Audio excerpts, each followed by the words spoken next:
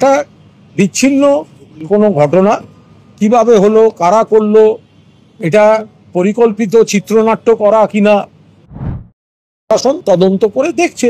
যেটা খারাপ সেটা খারাপ, যেটা ভালো সেটা ভালো। কোথাও কোনো খারাপ জিনিস হলে আমরা তো সেটা জাস্টিফাই করতে যাব না, সেটা পুলিশ দেখছে। এলাকার কাউন্সিলর বলছেন যে ধরে তিনি পুলিশকে বলেছেন অস্ত্র ঢুকছে, সমাজ বিরোধী ঢুকছে, তারপর পুলিশ করে ব্যবস্থা নেয়।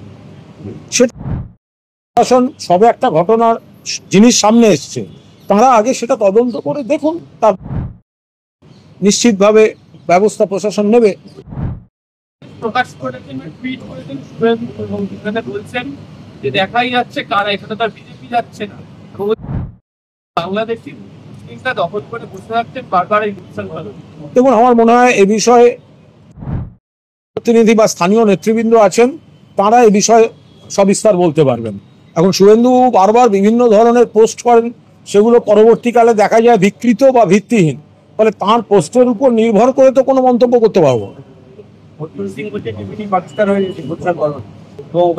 যেমন অর্জুন সিং এর কথার উপর কথা বলা খুব সমস্যা, কারণ উনি কোন সালের কোন মাসে কোন দলে থাকেন, কাদের হয়ে বলেন আর কাদের বিপক্ষে বলেন, তার উপর দাঁড়িয়ে একটা উত্তর দেব, তারপর দেখা যাবে সেটা আবার কিছুদিনের মধ্যে পরিবর্তন হয়ে গেলে এটা খুব সমস্যার ব্যাপার। ফলে ওনার এখন বিজেপিতে উনি কোনো কারণে একটু ভেসে থাকতে চাইছেন, তাই জন্য এই উগ্র কথাবার্তা বলছেন। অর্জুন সিং যে শ্রমিক ভট্টাচার্যের দিকে যে ভাষায় কথা বলতে বলতে তেড়ে গেছিলেন, সংস্কৃত শব্দ তৎসম শব্দ প্রয়োগ করছিলেন, তো সেই ভিডিওগুলোও তো আছে।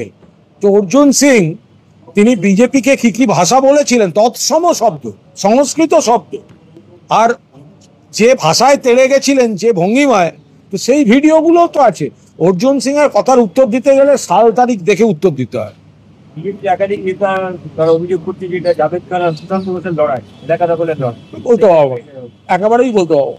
বিজেপি আগে নিজেদের রাজ্যগুলো সামলাক, মণিপুর সামলাক, তারপরে এসব বাংলা নিয়ে কথা বলতে আসবে। কোথাও কোনো বিচ্ছিন্ন ঘটনা ঘটলে, যদি খারাপ ঘটনা ঘটে থাকে, ব্যবস্থা নেবে প্রশাসন, ব্যবস্থা নেবে পুলিশ, ব্যবস্থা নেবে। আমরা কোনো খারাপ ঘটনা জাস্টিফাই করতে যাব না।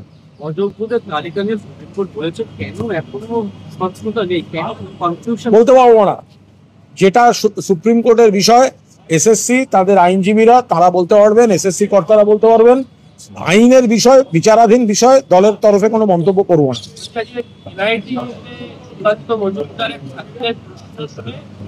মারাত্মক রেগে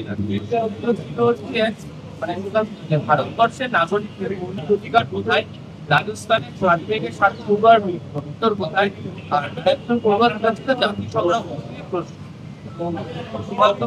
তাদের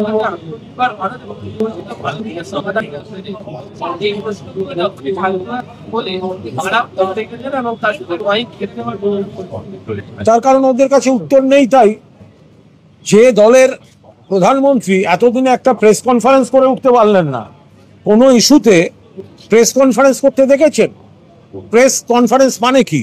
মানুষের প্রশ্ন, জাতির প্রশ্ন, দেশের প্রশ্ন, সেগুলো সাংবাদিকরা জিজ্ঞাসা করেন, যিনি দায়িত্বে থাকেন তার উত্তর দেন।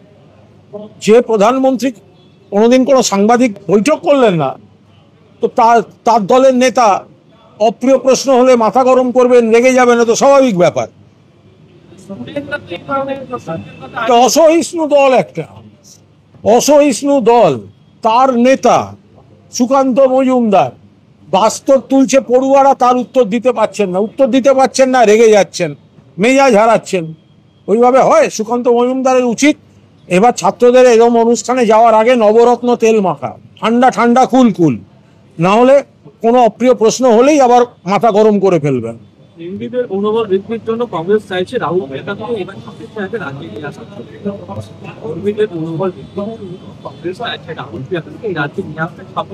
কংগ্রেস চাইলো, এটা কোনো কথা? কংগ্রেসের নেতা রাহুল গান্ধী শেষ কলকাতায় এসছেন 2016 সালে, সিপিএম এর সঙ্গে মিলে পার্ক সার্কাসে মিটিং করেছে। তো তাহলে 9 বছর বাদে নেমন্তন্ন চিঠি পাঠানোর কথা ভাবছেন, ততক্ষণে দল সাইনবোর্ড হয়ে গেছে। ওকে, থ্যাংক ইউ। টাকা ফেরত দিয়ে এসএসসি সুপ্রিম কোর্ট জিজ্ঞেস করছে যে যাদের চাকরি করে তাদের টাকা বের করে দেখুন, সুপ্রিম কোর্টে যেগুলো প্রসিডিংস এর মধ্যে যে ধরনের অবজারভেশন থাকে বা কোয়েশ্চেন থাকে, এটা নিয়ে বাইরে থেকে দলীয় মন্তব্য করব না। তার কারণ সেখানে এসএসসি বা তার আইনজীবীরা কি বলেছেন আমরা জানি না, তারা এই বিষয়টা ভালো বলতে পারবেন। এই মুহূর্তে ওটা কোর্টের বিষয়, এখানে এই মুহূর্তে কোনো উত্তর দেব না। এসএসসি গ্রুপস মামলায় শিক্ষামন্ত্রী পার্থ চট্টোপাধ্যায় সহ 28 জনের বিরুদ্ধে চার্জ গঠন হয়েছে। মন্ত্রীও শিক্ষামন্ত্রীকে নির্দেশ বলে দাবি করেছে। দেখুন, এটা পার্থবাবু বা তার আইনজীবীরা বলতে পারবেন। আমাদের পরিষ্কার বক্তব্য, যদি কেউ অন্যায় করে থাকে আইন আইনের পথে চলবে, উচ্ছন্নে যাক। যাদের জন্য সরকার অসুবিধায় পড়েছে, দল অসুবিধায় পড়েছে, এত হাজার ছেলে মেয়ে বা কর্মপ্রার্থী তাদের কোনো অসুবিধা হয়েছে বলে একটা পরিবেশ পরিস্থিতি, তারা তাদের লড়াইটা কোর্টে তারা লড়বেন। ফলে এই নিয়ে কোনো মন্তব্য করতে যাবে না। লাস্ট সেটা হচ্ছে যে অবশ্যই প্রধানমন্ত্রী মণিপুর যাচ্ছে এতদিন পরে। হ্যাঁ, মানে এই তো ভাবাই যায় না। 2 বছর ধরে মণিপুর জ্বলছে, বিভৎস অবস্থা, এত মৃত্যু, নারী নির্যাতন, ক্ষয়ক্ষতি, বেনজির। চিফ মিনিস্টারের বাড়িতে বাংকার তৈরি করতে হচ্ছে, এই অবস্থা।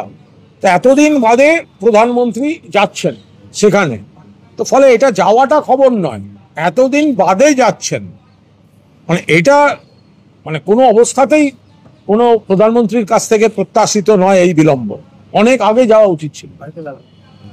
রবীন্দ্র অধিকারী মামাটি সরকারকে আক্রমণ করে বলছেন যে এটা মামাটি না, এটা মাফিয়া আর মার্ডারার নিয়ে সরকার। 2020 সালের নভেম্বর মাস পর্যন্ত যে সরকারের মন্ত্রী ছিলেন, 2020 সালের নভেম্বর মাস পর্যন্ত যে দলের কখনো সাংসদ, কখনো বিধায়ক, কখনো মন্ত্রী, কখনো কোর কমিটির সদস্য, কখনো একাধিক জেলার অবজারভার তিনি ছিলেন এবং তার ঘনিষ্ঠ আরো অনেকে ছিলেন, হঠাৎ নিজের কম্পালশনে বিজেপিতে যাওয়ার পর আজ অন্য ব্যাখ্যা, মানুষ কারণটা বুঝতে পারেন।